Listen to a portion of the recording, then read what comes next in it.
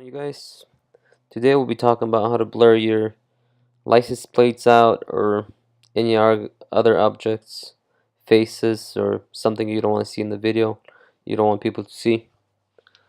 So let's get started. What you want to do is go to your videos, YouTube Studio Beta if you're on the new one. Click on that.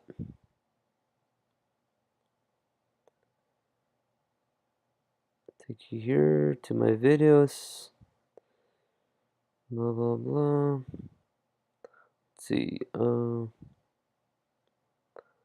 Let's just choose this one.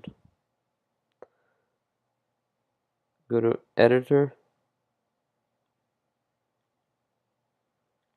and on the bottom here you can see you can either add an end screen, add blur, add card. So obviously you want to click on blur tool.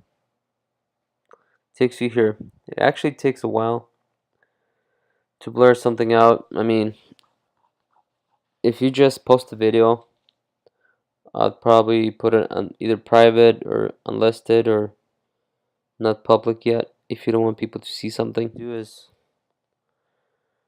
either choose blur face or custom blurring.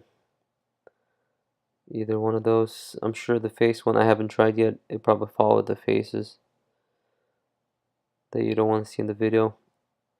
So let's press edit, custom blurring edit. Takes me here, starts the video. Anyway, so I already put mine, but if you want to put yours, you just click one of those tools, drag it where you want it, and then you can even resize it. This is the new one I have.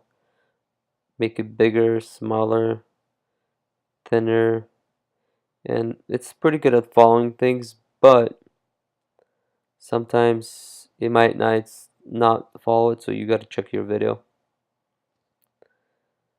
So what you want to do is once you're done, then you can also move them.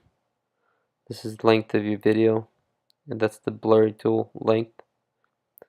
Let's say this one right here, which shows you can move it where you want it in the video. Let's say it starts halfway through the video, so you put it there, and you can also click on it, make it smaller or bigger or through the whole video, however you want.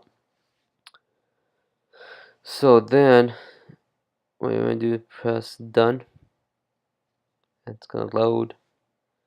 You can either load it or press save, and it'll say right here this might take a while, so you know.